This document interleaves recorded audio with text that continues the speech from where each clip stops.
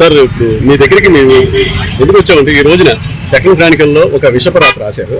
Steel plant ప్రైవేటీకరణకి మళ్ళీ తెలుగుదేశం ప్రభుత్వం అంగీకారం చేసినట్టు, అలాగే యూటర్న్ చేసినట్టు, అలాగే కూటమి సభ్యులందరూ దీనికి మద్దతు ఇస్తున్నట్టు కూడా చాలా వరకు చేశారు. దీని మీద మీ అభిప్రాయం, అలాగే ఈ రాష్ట్రంలోనే విశాఖలో అత్యధిక మెజారిటీ ఇచ్చి గెలిపించిన తెలుగుదేశం, జనసేన అండ్ బీజేపీ కూటమి ఈ విధమైన మాటలు వింటారా, నమ్ముతారా అనేది మీ అభిప్రాయం ద్వారా చెప్పండి సార్.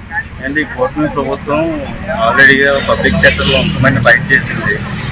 ఈరోజు యూటర్న్ తీసుకుంటున్నాయని పేపర్లో రాశారు.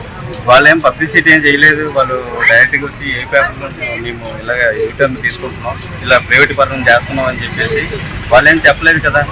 వీళ్ళు ఏదో దుష్ప్రచారం చేస్తున్నారు. ఆల్రెడీ ఈ దుష్ప్రచారం వల్ల 20 years బ్యాక్ వెళ్ళాము.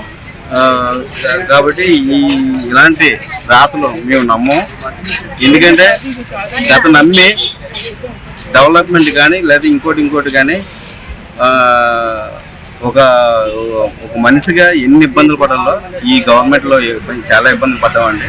కానీ ఇలాంటి దుష్ప్రచారాలు ఇంకా జనాలు నమ్ముతున్నారని అనుకుంటున్నారేమో, కానీ మేమైతే నమ్మం సార్. ఇది నమస్కారం అండి. మేము ఒక చిన్న క్లారిఫికేషన్ గురించి వచ్చామండి. ఈ రోజున డెక్కన్ క్రానికల్ పేపర్లోని చిన్న రాత రాశారు. అంటే విషపు రాత అనమాట. అది చెప్పాలంటే మీకు విశాఖ స్టీల్ ప్లాంట్ గురించి తెలుగుదేశం ప్రభుత్వం యూటర్న్ తీసుకుందని చెప్పేసి ఒక విషపరాత రాశారు. అది మీరు చదివారండి ఇవాళ? దాని మీద మీ అభిప్రాయం ఏంటి? అసలు ఏమనుకుంటున్నారు మీరు? చూసిన తర్వాత కొంచెం షాక్ అయ్యాను. డెక్కన్ క్రానికల్ కూడా మరో సాక్షి తయారవుతుందేమో.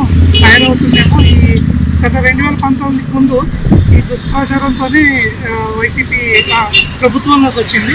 మళ్ళీ అలాంటి దుష్ప్రచారాన్ని ప్రజల మైండ్ సెట్లో చొప్పించి 2029 అధికారంలో రావడానికి ప్రయత్నం చేస్తుంది. దాంట్లో డెక్కన్ క్రానికల్ను వాడుకున్నట్టు నాకు అర్థమైంది. ఎందుకంటే నేను చూసా 2010 ఎప్పుడైతే ప్రైవేటైజేషన్ చేస్తామని చెప్పి కేంద్రం అనుకున్నప్పుడు అప్పుడు ఎమ్మెల్యేగా అది మన పోటీగా అప్పుడు నాయకులు పల్లా శ్రీనివాసరావు గారు ఫైట్ చేశారు, నిరాహార దీక్ష కూడా చేశారు.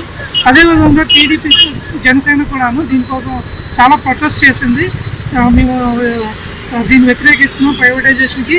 అప్పుడు చంద్రబాబు నాయుడు గారు కూడా అన్నారు 1919లో ఇలాగే వాజ్పేయి గారు ప్రైవేటైజేషన్ చేస్తున్నప్పుడు అడ్డుకుని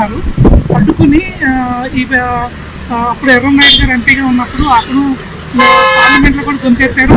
ఇది విశాఖ ఉక్కు అనేది ఆంధ్రలో హక్కు అని చెప్పి పోరాటాలు చేసి ఎంతోమంది బలిదానాలు చేశారు. అలాంటి సిచ్యువేషన్ ఉన్నప్పుడు మళ్ళీ ఇది యూటర్న్ తీసుకుంది టీడీపీ ప్రభుత్వం అని చెప్పి రాయడం చాలా బాధాకరం. ఇది విశాఖ ప్రజల యొక్క మైండ్ సెట్ మార్చి వాళ్ళు రాంగ్ పరిస్థితుల్లో తీసుకెళ్లాలనే ఉద్దేశంతోనే ఈ డెక్కన్ క్రానికల్ రాసిందని నేను అభిప్రాయపడతాను. Okay sir, very good sir, very good.